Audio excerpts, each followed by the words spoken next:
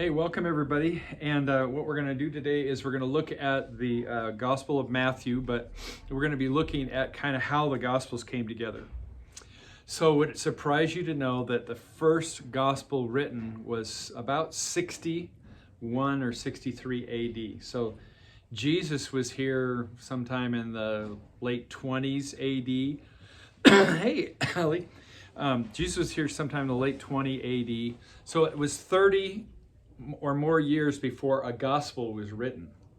So you think about what happened 30 years ago. Well, you guys can't even remember what happened 30 years ago because you're not 30 years old.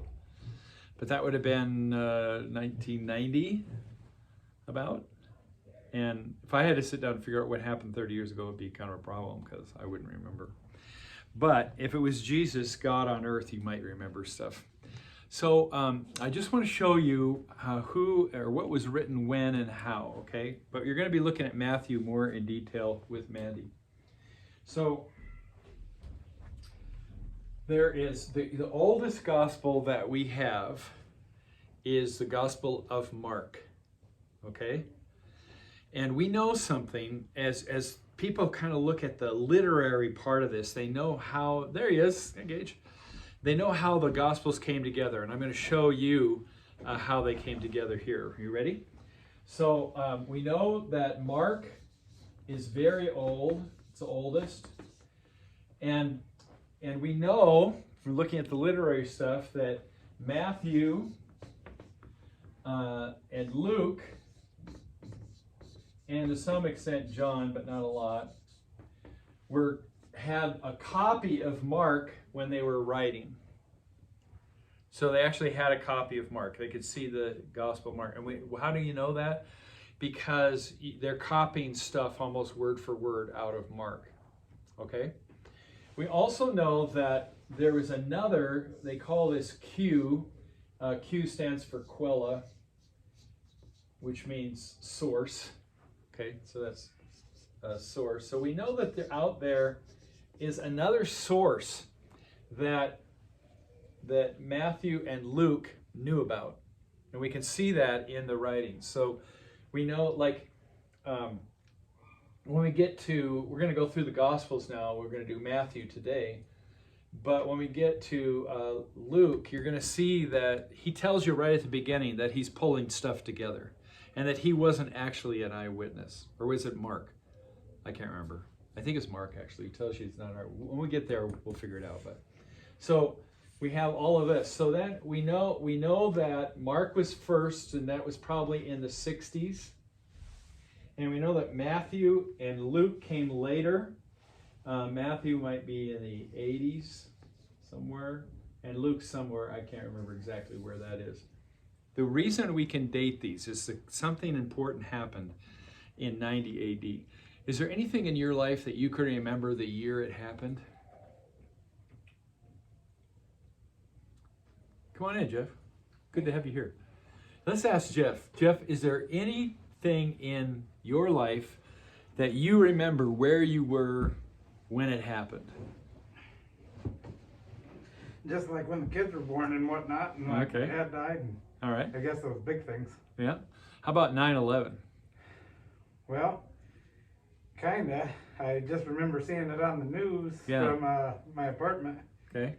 So that's one of the things in kind of our generation that we remember is when those airliners flew into the towers in New York City in 9/11, the September 11th, 2001, I think it was. So that was a big deal for me because I was a firefighter at the time, and I knew hundreds of firefighters were dying as that building collapsed. And that matters to a firefighter, matters to everybody. So we have Mark as the oldest. We have Matthew and Luke copying. They know I'm copying Mark, and they're also copying this Q source, Quella, that we don't know what it is. We don't have a copy of it anymore. Okay? So these guys are pulling information together. Mark tells you that he is not the gospel writer itself. In fact, well, I can't do it because my phone's up there. Anyway, so we're going to be studying all of these, not this kind of detail, but I thought you'd like to know And so why is there 4 Gospels? Well, when I was a firefighter, you could go to an accident scene, and let's just pretend there are 4 people on 4 corners of this accident. They all saw the accident. And they'll all describe it a little differently. And the reason they'll do that is because their perspective was different. Maybe they looked up at a different time, but also their own history of, themselves and what they've seen before will matter in their explanation of this accident. And they will all kind of describe differently. And you pull all 4 together and you get a pretty good account of what happened. Well, the same thing's true for Matthew. They each have audiences that they're writing to. For example, you'll find out today that Matthew is writing mostly to a Jewish Christian audience. So he's going to be real concerned about Jewish stuff, right? That's kind of what you'd expect. That he's going to want to show how Jesus fulfills the Old Testament stuff for the Jews. So they can go, oh, yeah, he really is the Messiah. All these Old Testament passages did talk about him. Okay? So the audience that they're writing to is really important.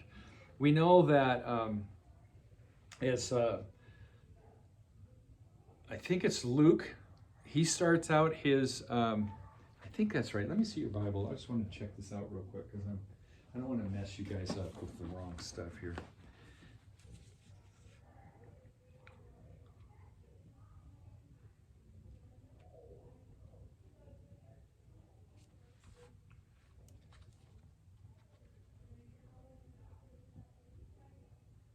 Okay, so here's something that Luke writes at the very beginning. He says, so many others have tried their hand at putting together a story of the wonderful harvest of scripture and history that took place among us. So what is that telling you? That's telling you that Luke is, he knows there's lots of stories about Jesus out there. He says, using reports handed down by the original eyewitnesses. Okay, so that tells you that Luke knows he's not an eyewitness, right? He's collecting stories from eyewitnesses, okay? And he says, since I have investigated all the reports in close detail, starting from the story's beginning, I decided to write it all out for you. And then he says something that helps you too. He says, most excellent Theophilus. Now that tells you something. Thank you. He's writing to Theophilus, and he calls him most excellent, which means Theophilus was rich and powerful. And so he's writing an account for a person who is rich. Now that's interesting because Luke's gospel, more than any other, talks about how we should care for the poor. So what is he telling this rich person? Care for the poor. And Luke's gospel has, Jesus being born in the poorest possible place. And it's Luke's gospel that has stories about caring for the poor and stuff like that. So you can see that what they're writing the gospel to, who they're writing to, matters and what's going to be said, right? John starts out his gospel with a hymn that was sung in the early church. In the beginning was the Word, and the Word was God, and the Word was with God. That's a hymn. So when you read that first part, you're actually reading an old hymn. We obviously don't have the song, the music to it anymore, but we know it's an old hymn. So, so that's kind of interesting. Now Matthew is showing how, like I said, God is fulfilling. You remember Harry Potter, right? And Harry Potter, there's a kind of a theme that's going on in Harry Potter is that he's destined to take care of Voldemort. That's kind of part of what he is. And then you find out by the end of the book, I'm not messing this up for anybody, am I? That by the end of the book, the way he's going to do that is through his death. By the way, all great stories kind of mirror the story of Jesus. That through his death, did you notice that in Voldemort? Very much like Jesus' story. In his death, he's going to save the world from evil. He dies, and what happens? He comes back to life, right? And wins the victory against, that's Jesus. She's just ripping off the story of Jesus. I don't even know if she knows that, but it happens a lot. So, so he's trying to show that, Matthew's trying to show that that Jesus is the fulfillment of all the prophecies that have happened in the Old Testament. Most of the converts by the time, I was going to talk about the thing that you remember, because in 70, I'm sorry, 70. In 70 AD, something really significant happened. And what happened in 70 AD is that the Romans got sick and tired of these Jews always rioting and doing stuff, and they decided, we're done. And they came in and they wiped out everything. They wiped out the temple, and they completely destroyed it. You remember Jesus predicted this. He said, not one stone will be left on the other. And when I was at the temple site, all the stones are off the side of the Temple Mount. Not one is left on top of the other. And that thing happened in 70 AD. And one of the ways that they can date when a gospel was written by, do they know about that? Do they know? Can you tell in their writing, do they know that the temple's already been destroyed, or has it not been destroyed? In Mark, he doesn't know about it yet. So that's why we can date him before 70 AD. Matthew and Luke both know that it happened. So that's how we can date them after 70 AD. Okay? That's one of the ways, they don't give you the date, but it's one of the ways we can date these Gospels and kind of know when they were written and when they weren't written. Why is that important? Well, it's really not, but it kind of helps to, if you're going to study it a lot.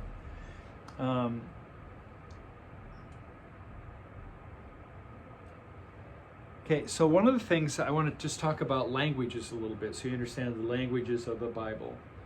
So there was Hebrew, but by the time Jesus was around, Hebrew had kind of fallen out of favor, and it wasn't spoken much.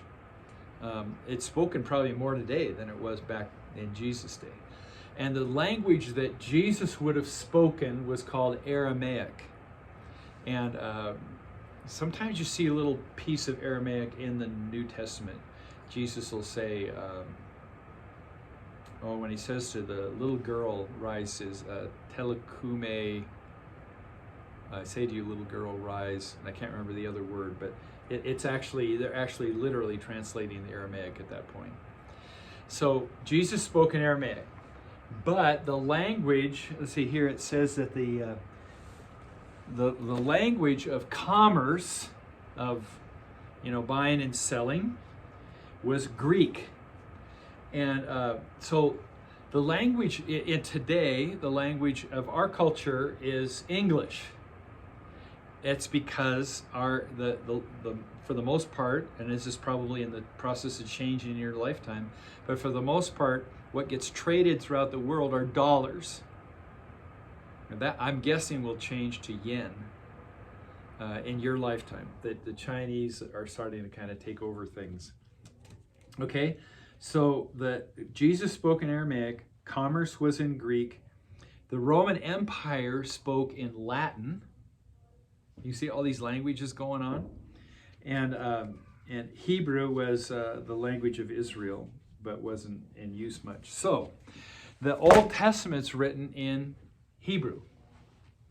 So there was a group of people that got together and put the Old Testament, such as they had at the time, which was like the first 5 books and some of the prophets and the Psalms, put it in Greek, so that people who knew Greek could read it. And that's called the Septuagint. And pretty much the oldest translation we have of the Old Testament is the Septuagint. Okay?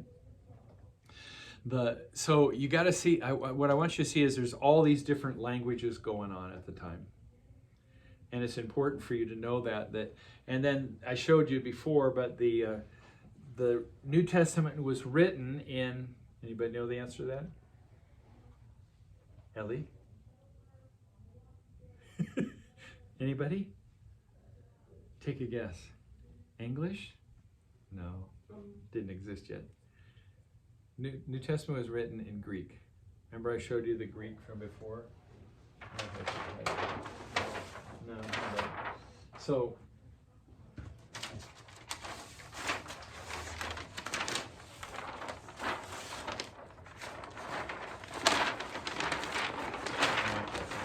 Anyway, so there's all these different languages, and so there's different translations and all that kind of stuff, okay? So I think that's all I have to share about Matthew, and I think your wife should be here in just a minute if she's not coming already. So just